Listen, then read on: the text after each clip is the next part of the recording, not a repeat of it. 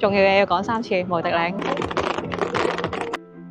今次係我第一次去釜山，而我買咗嘅係24小時通行證，性價比真係超高。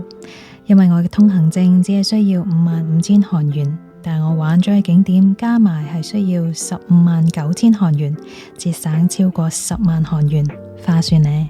咁請你先撳 like 同埋 subscribe 我嘅 channel， 並且留到最後，片尾會話俾你聽點樣可以用到盡釜山通行證嘅小貼士。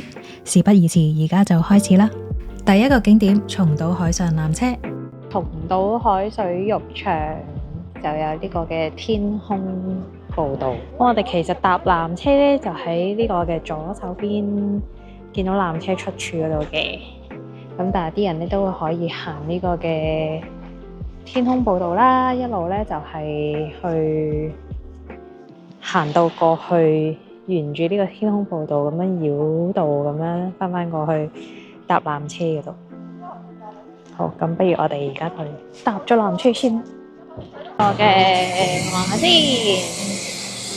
松島 Bay Station 入口同埋售票處換飛，跟住上4有搭車 Ticket Machine。好，咁因為我哋買咗呢個 Busan Pass， 所以就 present 個 Busan Pass， 然之後就嚟呢度換飛。佢咧就有分呢個普通艙，同埋有分呢個嘅 Crystal。我哋將會坐第30部嘅列車，準備上車。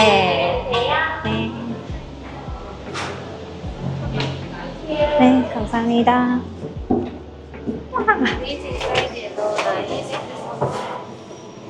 淨得我哋唔係嘛？咁搞笑！因為佢哋係團。哇！咁我哋就獨佔啦。係啊。好，我哋因為我哋係用 Busan Pass 嘅關係，於是我哋而家就獨佔呢個車廂啦。準備出發。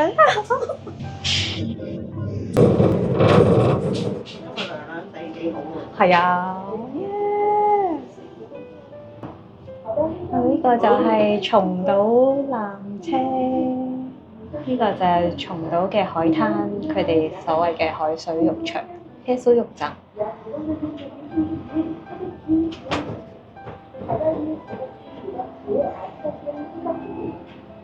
哇！你睇一望無際嘅海洋。我哋而家喺呢個嘅纜車上面。呢個纜車就應該搭幾多分鐘啊？大概10分鐘到啦。但係側邊嘅景色係超級正，打咗架車，勁開心。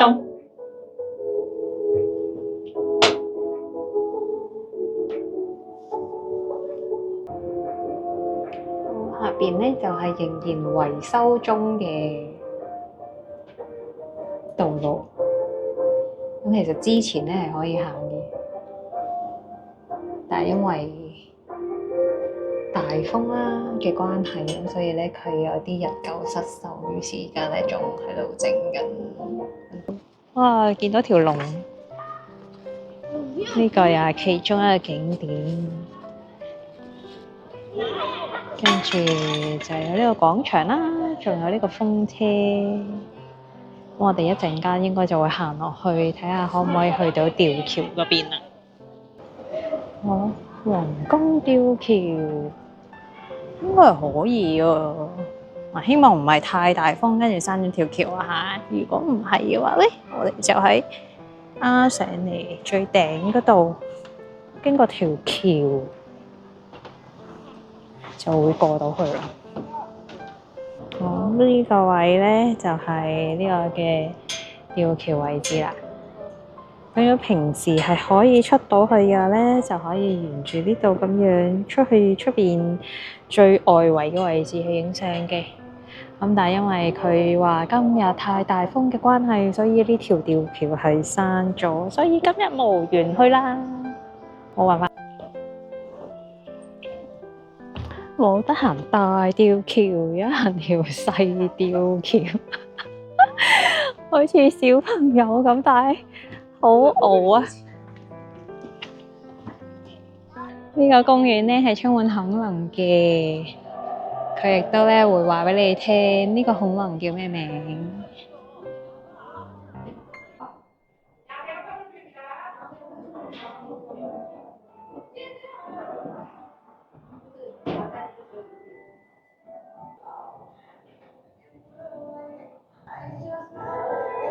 好 match 小王子嘅氛圍啊！你睇下幾靚。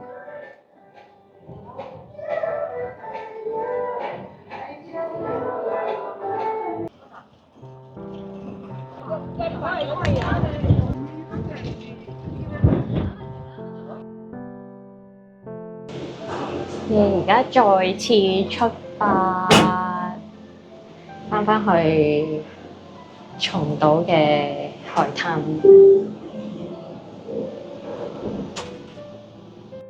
我有陣時睇嗰啲 YouTuber 咧，跟住之後勁落雨咧，又雲又雨咁樣，所以我哋係超好彩。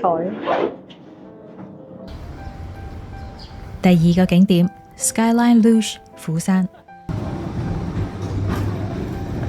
就係呢度，我哋要坐上去上面先，跟住之後再喺上面上落嚟嘅，所以要先玩呢個嘅吊車，冇錯，就係咁樣要帶住呢頂嘢先至可以去玩。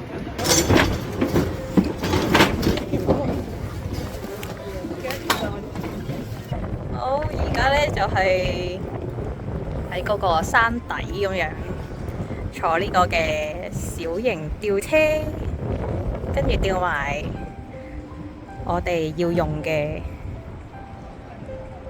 呢個叫咩啊？滑板車，唔係叫滑板車，已經吊埋我哋要用嘅車啦。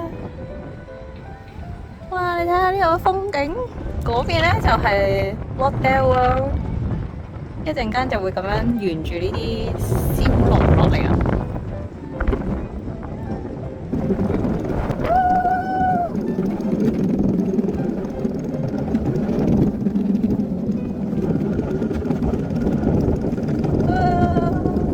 第三個景點 Busan X The Sky。呢個嘅 Busan X The Sky，而家咧就喺呢度等緊上呢個嘅 Busan X The Sky。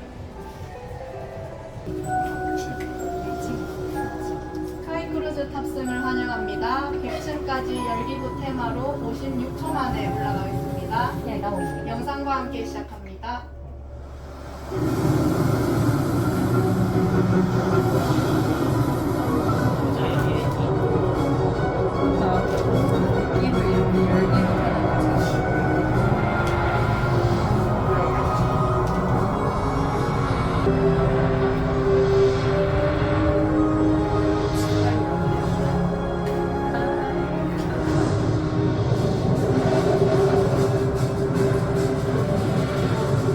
까지 안전하게 도착했습니다.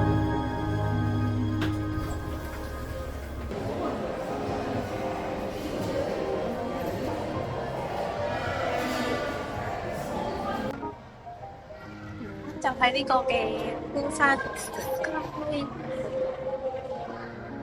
見唔見到啊？非常之遼闊嘅地方。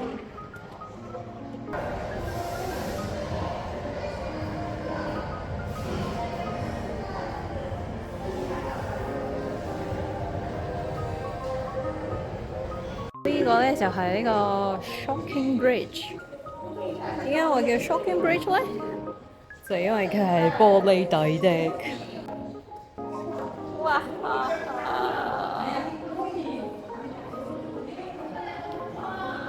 眼無錯嘅，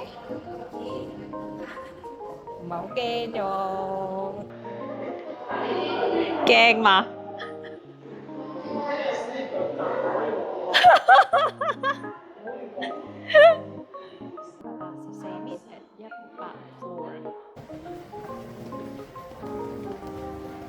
哇！我而家喺邊？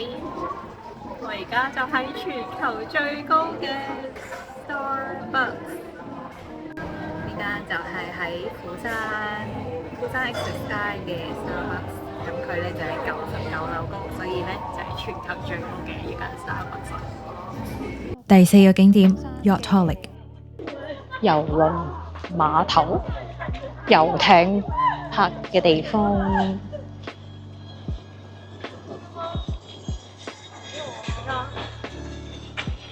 而家啲人咧上緊船，咁每一個人上船嘅時候咧就要換拖鞋，咁同埋咧就要着呢個 life vest。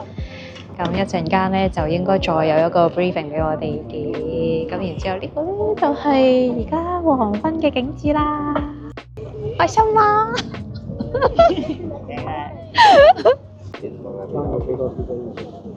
係啊，我哋而家出發啦，準備開出去。每個人咧都要睇一睇呢個嘅安全指示。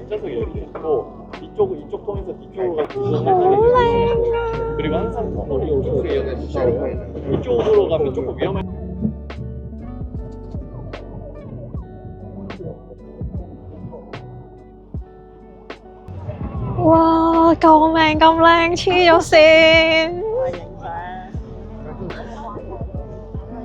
哎呀，而家呢個樣咧，你哋見唔到啊，超靚啊！呢個後邊，救命！個燈嘅話係勁夢幻咯，哇！無敵靚，無敵靚，係無敵靚。OK， 仲要嘢要講3次，無敵靚，講4次。哇！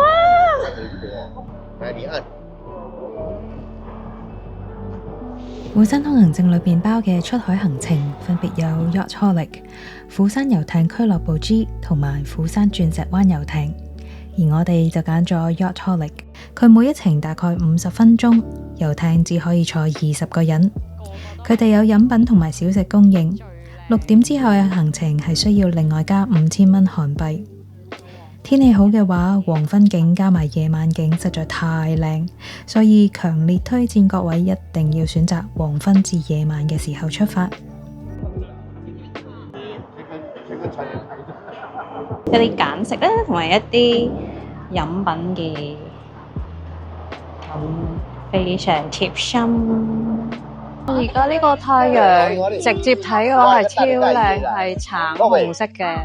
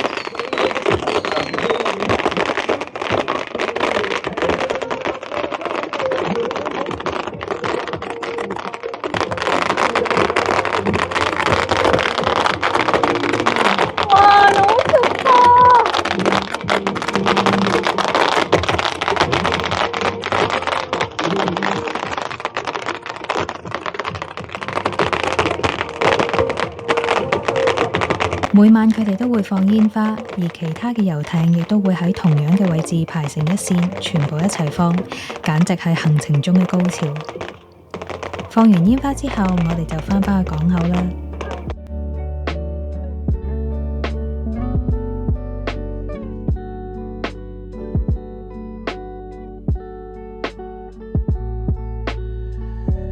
就係4號嘅話咧，就有呢個嘅 Sparland。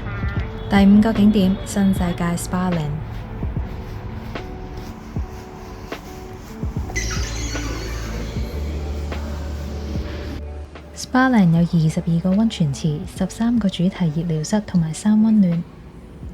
呢度就係可以睇到天空嘅戶外休閒地方。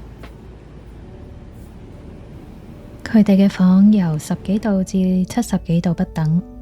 呢間就係金字塔房。52度傾斜角度設計，最大限度咁樣吸收宇宙能量。呢間就係羅馬房，平均溫度35.8度。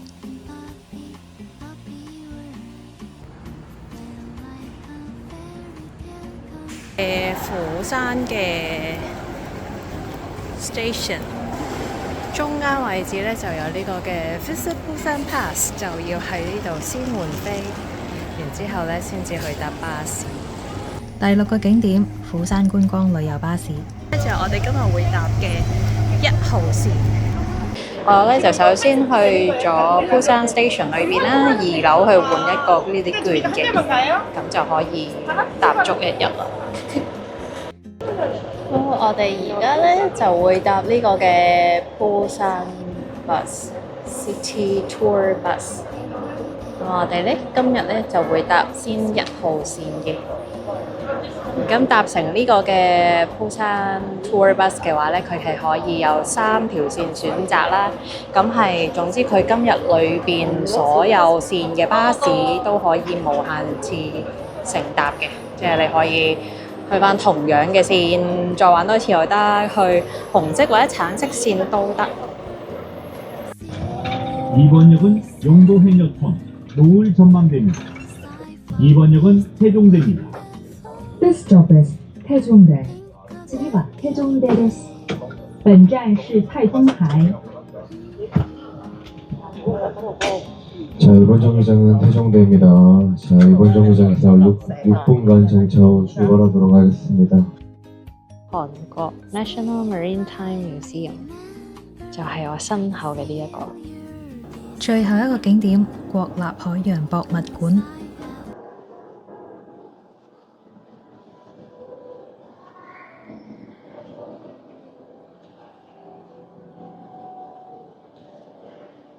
國立海洋博物館係免費入場嘅，但係4D 影像館就需要收費，而呢個亦都係包喺釜山通行證裏邊。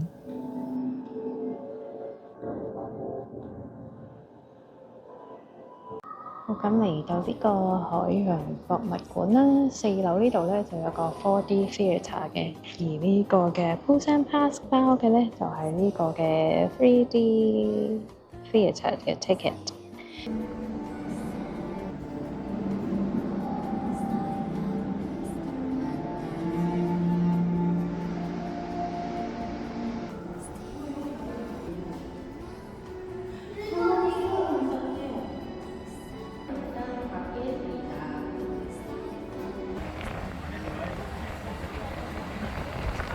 我選擇綠色1號線，最大嘅原因就係睇到呢一條釜山港大橋。佢最大嘅特色就係影島大橋嘅入口到大橋有400幾米嘅呢一段路，而呢一段路就好似過山車一樣，係旋轉360度嘅，真係好特別。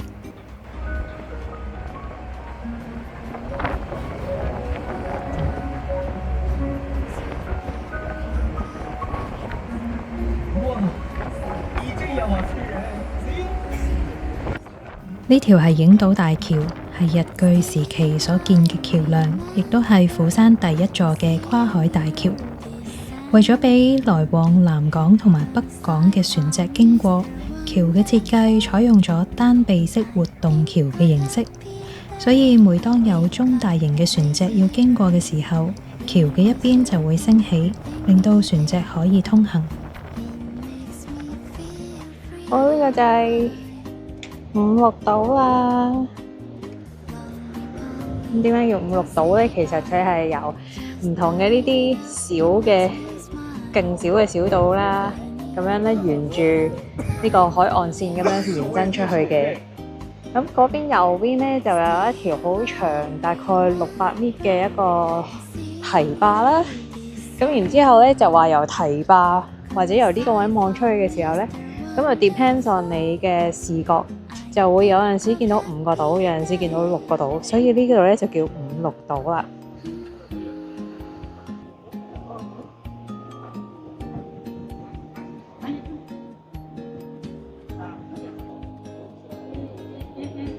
因為係玻璃橋嘅緣故啦，所以每一個人都係需要着住鞋套嘅。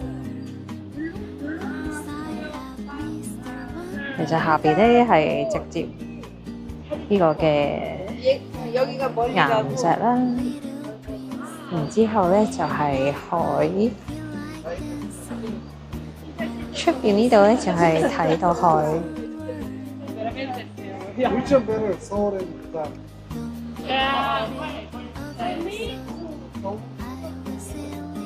呢個就係5、6度。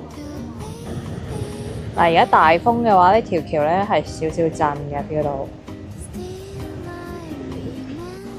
跟住都唔難會睇到啲驚濤拍岸，因為呢度都比較大風。哇！呢度就係一望無際嘅海景。出發之前記住先買 Busan Pass， 唔同嘅網站有陣時會有唔同嘅折扣，比起官網買嘅話更加抵，所以可以先比較一下價錢。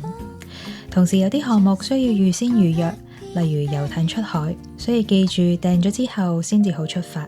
通行證分別有24小時、48小時、3個景點同埋5個景點，全部都係由你用嗰刻起計，所以要玩到盡嘅話呢，記住計返時間。例如我第一個行程係由10點半開始，我就可以玩到第二日嘅10點29分。而我計劃嘅行程亦都啱啱係咁，所以我哋真係用到最盡。釜山通行證有紫色同埋藍色嘅項目景點，紫色係貴嘅景點同埋活動，所以如果想用到盡，將性價比最大化嘅話，記住重點揀紫色嚟玩。仲有最大幾個 tips 就係 City Tour Bus 係可以搭足一日嘅。所以如果你係用釜山通行證喺完結之前嗰朝先至換嘅話，咁即使你嘅通行證已經失效，但係觀光巴士呢仍然可以繼續乘搭，正呢。好，咁如果你將會出發釜山嘅話，祝你旅途愉快。多謝你睇完呢條片，希望你中意今次我嘅行程分享。臨走之前記得 like、comment 同埋 share 我呢條片，仲有 subscribe 我嘅 YouTube 同埋 IG 素人教主嘅頻道，撳埋側邊嘅鐘仔，咁我有新片嘅話就會第一時間通知你噶啦。